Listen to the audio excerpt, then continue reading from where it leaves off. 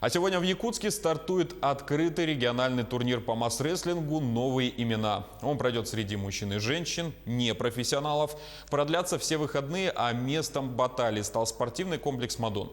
В соревнованиях участвуют любители и не допускаются именитые спортсмены, в частности мастера и кандидаты в мастера спорта. Заявки подали около 140 спортсменов. Отмечу, что турнир впервые состоялся в 1996 году и с тех пор с перерывами проходил в разных районах Якутии. Регулярным же стал с 2008 года и тем самым дал старт многим именитым масс-рестлерам. Наши соревнования пройдут по международным правилам масс-рестлинга. Это разделение на группы А и Б.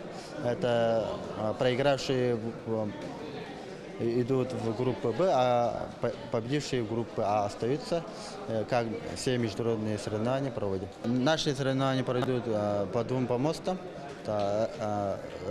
Мужчина 8 весовых категорий, у женщин 7.